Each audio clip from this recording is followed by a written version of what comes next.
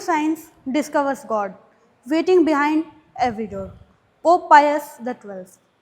So, one of the fiercest topics of debate around the globe is science versus religion.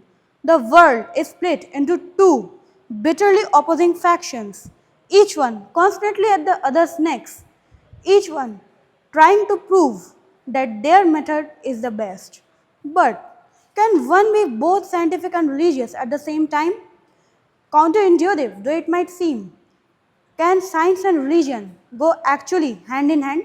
Can they go together? So let us delve deeper into this topic. A very warm welcome to everyone present here. Today, I, Subhradeep Sahoo, am going to present my views upon the topic science versus religion.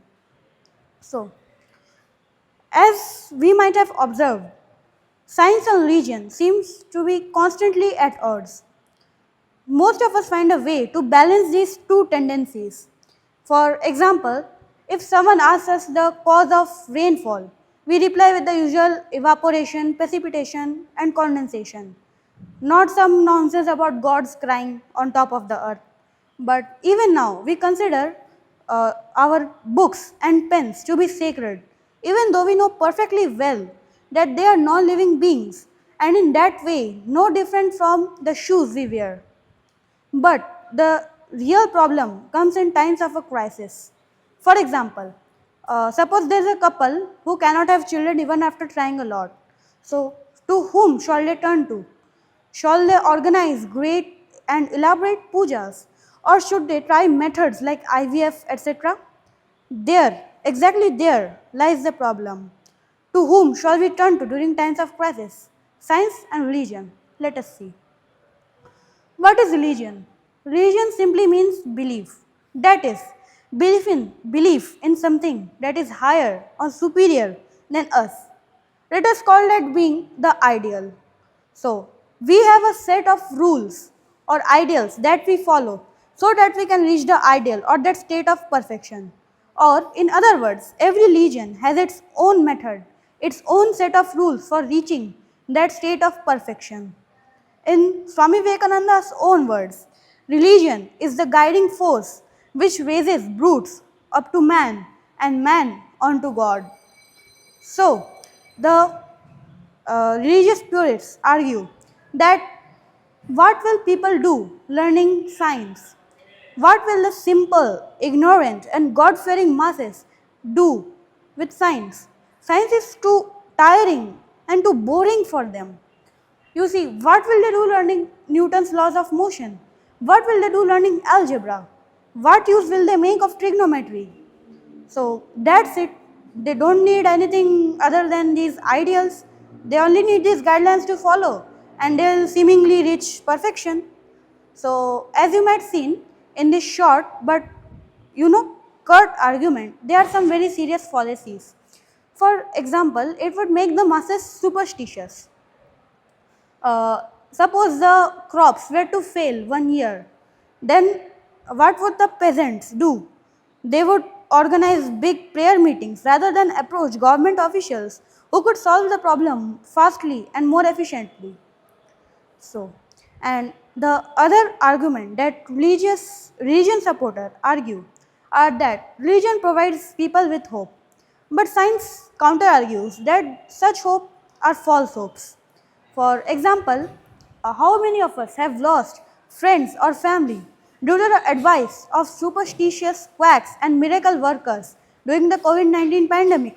These quacks or miracle workers know nothing about the human body. So, what shall we expect of them for such a deadly disease like COVID-19? So, therein lies the problem. The face of religion is tainted with the work of those people who convert religion into mere superstition and rituals. So, that is why we often have heard that we should not depend too much upon religion. We should try to take matters into our own hands, which is what science does. And so, let us see from the perspective of science. What is science? Science is just trying to learn more about our surroundings. You see, if we know the reason why a raindrop falls from the sky, we might know the reason why when we jump, we fall down to the earth. So that's it. When we study the surroundings, we know more about ourselves. We know more about the universe. So, the one of the only grounds which religion has been able to save from science is the creation of the universe. You see, we have well defined scientific laws which can accurately predict the history of the universe. But suddenly, as the time approaches to the creation of the universe, all the laws seem to suddenly break down. Here, religion supporters argue that there is the work of God involved. But this field is being continuously explored by science. I would recommend the book uh, Brief Answers to the Big Questions by Stephen Hawking.